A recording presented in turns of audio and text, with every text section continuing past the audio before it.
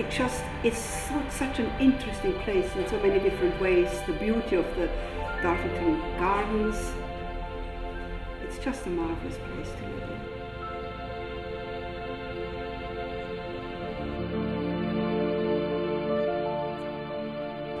It's a combination probably of architecture, plants, the knowledge that people come here to be inspired, and that it sort of all comes together in different areas, so that you have the feeling that over the decades it's layer upon layer of beautiful things, of creativity, of some of the best music I've heard, some fantastic lectures that go with words, to Gore Festival, innumerable things.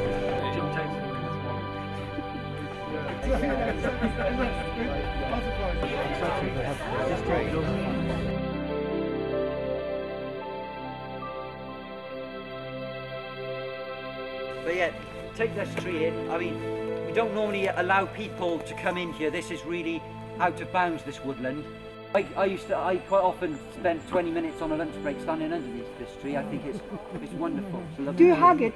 Yeah, I don't live in Totnes, just outside. Sorry? Why has it grown to...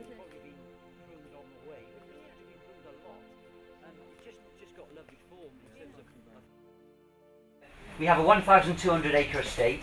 Between 300 and 400 acres of that estate is woodland and grassland managed by myself. The remaining approximate 800 acres is owned by, well, not owned, it's leased to a local farmer. Just to briefly let you know in terms of how we manage the land and what we manage it for, just before we leave, basically what we try and do is we manage the estate for sustainable timber production and for wildlife, for then people to come onto the estate and enjoy. So we manage habitats which will benefit wildlife, we produce timber which we can then sell, which will bring income for the estate.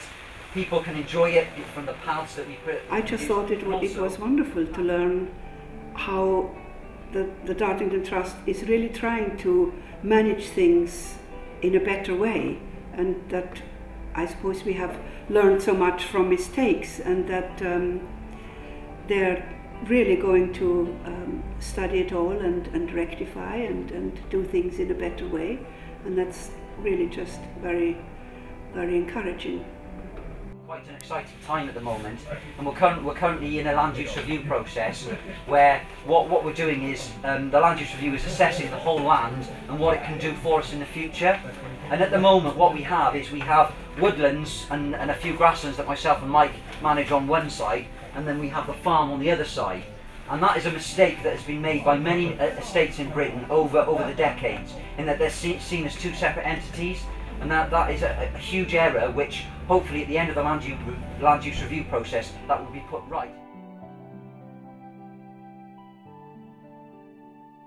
One of the things I'll take away is the little pineapple grass, which we're going to try and work out and find out whether that is something that's being used in food, but that was one of the first things that we were introduced to. This pineapple weed here, this yellow weed here, if you pick it and crush it in your fingers, it smells of pineapple. Is it edible? Is it not?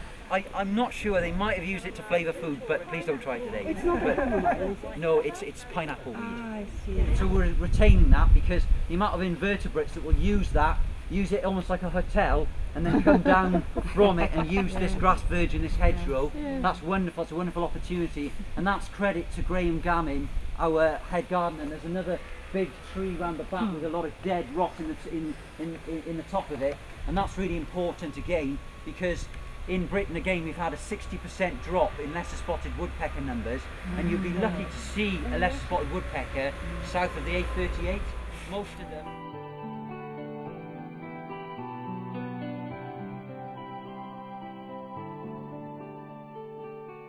Oh yes, quite a few, especially the one about the ivy. I always thought ivy would harm the trees, and to learn that it does not harm the trees, and also the way the woodland is going to be managed. The reason I've stopped here is just to tell you about woodland edge management. 90% of the biodiversity, the wildlife in a woodland is found on the woodland edge. So we're now on a woodland edge. Only problem here is it's a bit overgrown, we're not getting a lot of light in. And what we're trying to do is we're trying to mimic what the wildwood was, so we're trying to create false glades, as it were. So what I've done here is the path that you're looking at used to be about here, and what I'm after trying to get here is something called an ecotone. And what an ecotone or interface is, it's what I'm after in simple terms is this. It's large tree, medium-sized tree, small tree, mature scrub, small scrub, rank grass, smaller grass, tight grass. So it's that lovely soft edge, and within that it creates so much more opportunities for wildlife. And then in that bit of tight grass is a nice big open area, east to west facing normally, to the sun on it throughout the day, so lots of invertebrates and butterflies can get all of the sun and the energy. I mean, it was one of the things that was fascinating was Will was talking about his desire to create glades, and that the clash between having to make things financially viable, so keeping the trees going, and they needed to be kept going for 30 years, and he wanted immediate results. These are not things that are going to get solved overnight, so they're things which need long-term thinking and planning, and you don't get results overnight. So we are just passing through. We're all mini national trusts. We need to help people and places continue growing for long after we've gone. What I've done is, the last 2 years, I've cut that area back here. As you can see, it's growing in nicely. And what I'll do is, just in front of those ash trees there, I will plant some maple and some hazel. And then in 2 years' time, these trees here, I will fell. So the path will soon be here. So then we'll have a nice soft edge on either side, and we will have an artificial glade, which we call a ride. It'll be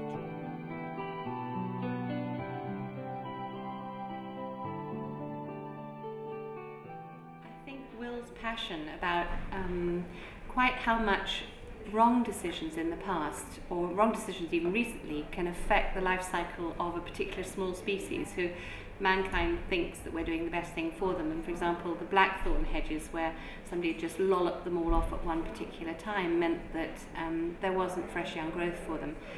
I think that really came across today, how in ignorance, for example, dog walkers that were not picking up the mess, I didn't know that that would then give nitrogen to clover, which would mean that the ground wasn't rich enough to grow the poor species, which would then encourage the butterflies. So all of that came across, and Will's obvious knowledge and passion, backed up by everybody else that was there, was very impressive. And I think although it was probably too dry a spring, it did help a lot of butterfly species in this country that are really struggling. Were very happy. So as long as we don't have too many dry springs like that, it did have a really positive effect. So a lot of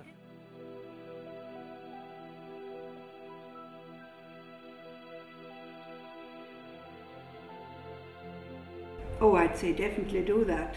It's wonderful to be involved, and that way you will also be informed what is happening, and you can also have some input. I certainly want to be a sustainer.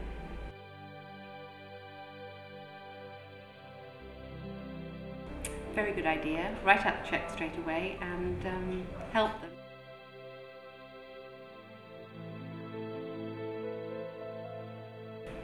Basically, how incredibly lucky we are to live in a place like this and have access to this, to have it so nearby with the river, with the moors and with Dartington, and that it does need support.